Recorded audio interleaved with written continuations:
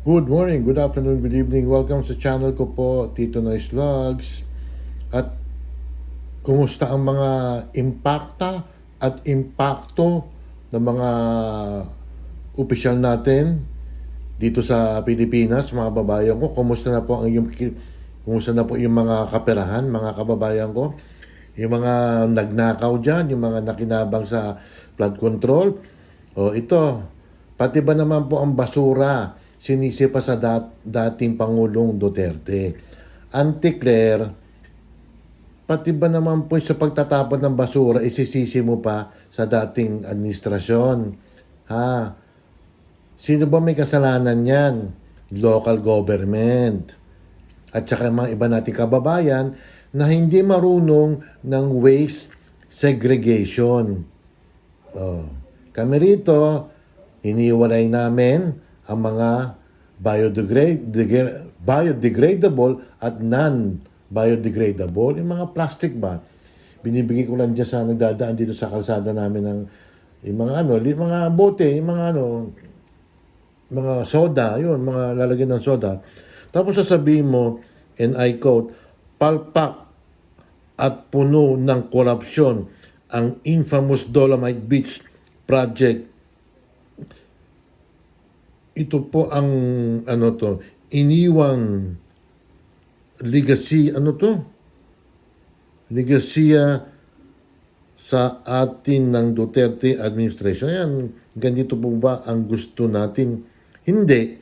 Kasi, hindi naman Dolomite na may kasalanan yan eh. Ang sanhi yan eh. Yung mga local governments, yung mga sumisip-sip kay Marcos. At saka ikaw, Auntie Claire, na kahit gusto kita, na maging spokesperson pa rin, stay ka pa rin kasi walang mangyayari unless kung dadayaan yung eleksyon sa 2028. O ipapakita ko sa inyo yung mga contractor naman. O sa Bulacan ulit tayo, mga babae ko, sandali lang. Tingnan nyo ang nangyari sa Bulacan. 2 taon pa lang, wasak agad, sandali lang. O ito mga babae ko, yung balita ng News 5, mga ilang araw na nakakaraan. 10 hours ago lang mga babayan ko. Hindi natin titigilan itong mga mambabatas ng Bulacan, mga babayan ko. Yung kahapon, di ba, Huwebes, na sinabi ko, at binarita naman yan, na 41 billion pesos ang nilagak dyan sa flood control sa Bulacan. Ano nangyari mga babayan ko? Alam naman natin na 2 season lang tayo. Summer at saka rainy season, mga babayan ko. Di ba? Although, yung mga nakaraan admin naman, may mga nagbabahari na na agang lampas tao raw, yan, sinasabi. Pero itong matindi itong mga babayan ko, yung mga lugar sa Bulacan na hindi binabaha na ngayon. Dahil, yung mga ilan natin mga magnanakaw dyan ng mga babatas, wala silang pakialam. Hindi, tinulungan ko na kayo. Binigyan ko kayo ng 5,000 na, di ba? O di, okay na, sitting printed na sila, di ba? Kaya inuulit ko 1,000 times o 1,000,000 times. Ombudsman. Alam ko naman, nilagay ka dyan ni Marcos para makaligtas. Pero, iyan mo na. Imbestigahan mo na yan. Total, ma-epal ka naman eh. Ikaw ang ombudsman na lagi nagpapa-press conference. Tapos, nag-check ka ba? Yung parang, ang tawag dito, yung tinitignan mo yung mga project ng mga hindi trabaho ng ombudsman yan. Epal ka eh. Ito mga babayan ko, balita ni Cheryl. Na makatulong, mas malalang perwisyo pa raw ang idinulot ng mga flood control project sa Bulacan. Nang magpaulan kasi ang habagat nitong weekend, abay tumambad sa mga residente ang mali-mali palang pinagtayuan ng mga proyekto. Tingnan mo? Live mula sa Malolos City, nasa frontline. Malolos naman yan. Tapos sa Agonoy. Kumusta na ang sitwasyon dyan? May baha pa rin ba? Grabe. Tapos pa ng mukha. Meron pa pa ring baha, Cheryl, lubog pa rin ang maraming kalsada, gaya na lamang dito sa Malolos City. Malolos? Dahil sa ulang bumabagsak, no, sa katunayan, sa mga oras na ito, bigla na naman bumuhos ang malakas na ulan na sinasabayan nga rin ng high tide. Pero hindi lang ito ang inireklamo nga ng mga residente, gaya dito sa lungsod, kundi yung mga proyekto, mga flood control projects sa tila mali raw yung mga pinagtayuang lokasyon, kaya imbis na makatulong, mas nakadagdag pa sa perwisyong kanilang Sabihin mo kay Auntie Claire, Gutter deep pa rin ang baha sa kahabaan ng Estrella Street sa Malolos City, Bulacan sa buong maghapon. Ayan ang pinagmamalaki ni Auntie Claire. ang pagtawid dito ng mga motorista. Sabi ng lokal na pamahalaan, epekto ito ng high tide na umabot muli sa halos 5 talampakan ng level. Pero bukod sa high tide at buhos ng ulan, ang mas inirereklamo ng maraming residente ang mali-mali umanong lokasyon ng mga naitayong flood control project sa kanilang lugar. Gaya na lamang ng floodgate na ito na sa Grabe. pagitan ng mga barangay Atlag at Bagna sa lungsod. oh, mali-mali. Pero yung mga nakuha nila, yun, tama. Yung mga nakurakot ng mga ilan sa mga di umani mga mababatas na mga nagnakaw dyan. Ha? Yung isang, hindi, nakita ko yung sa isang record, babae ito eh, naka 10 billion siya doon sa flood control, mga kababayan ko. Babaeng mambabatas yun, ha? Kaya nga 41 billion lahat ang nagastos eh. Ang nakuling ba tuloy? Ang inilaan dyan sa Bulacan. Pero, bakit sa Marikina?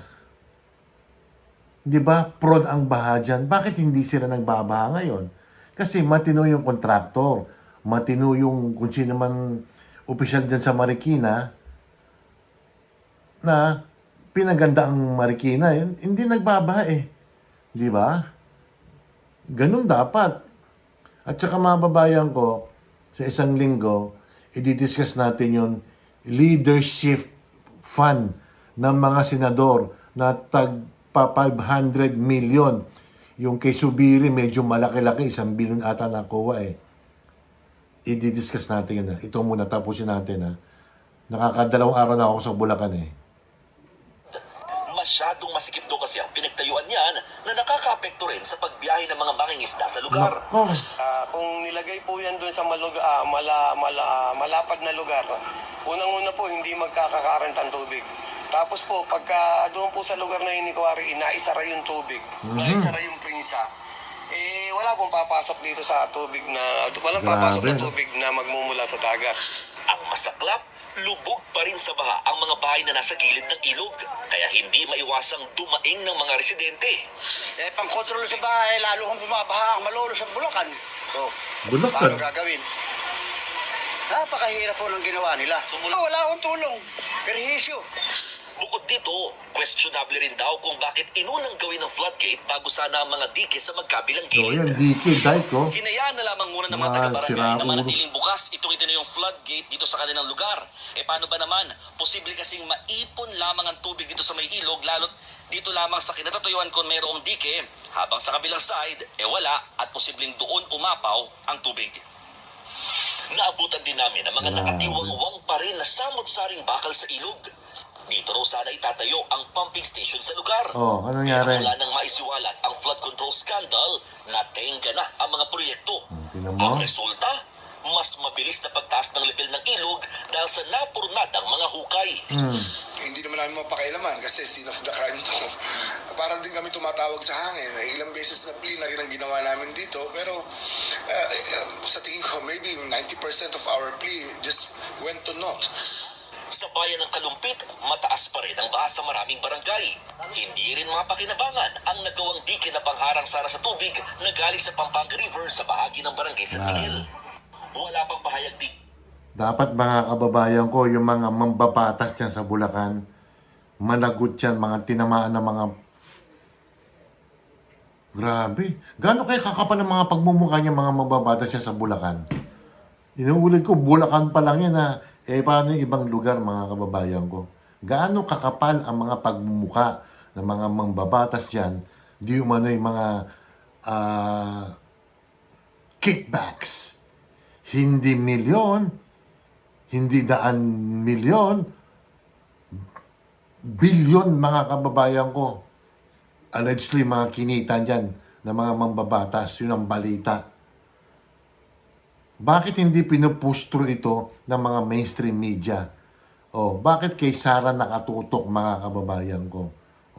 Wala talagang inaano kayo, chinecheckay ng kalikasan.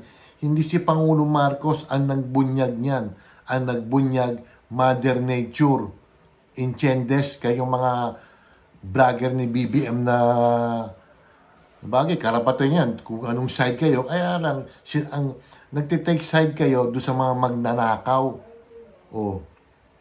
Di ba?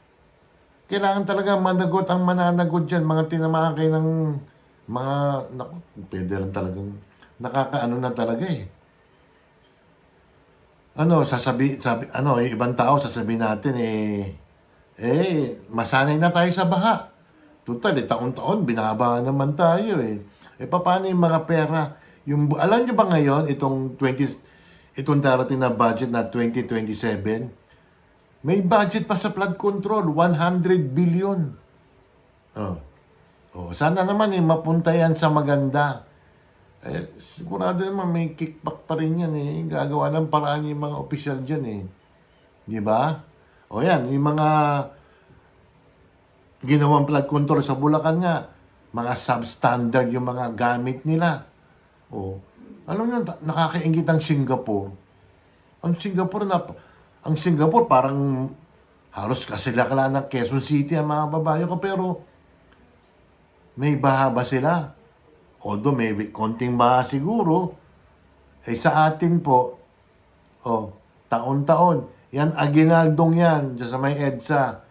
College pa ako, nagbabaha na dyan mga kababayan ko. Bakit hindi maayos-ayos? Yung mga nakarang gobyerno rin. In fairness ka kay ano. Pero, ang pinagtataka natin mga babayan ko, yung budget eh. Alam niyo ba, 1 trillion nga po yung binigay na budget para sa flood control, 1 trillion pesos.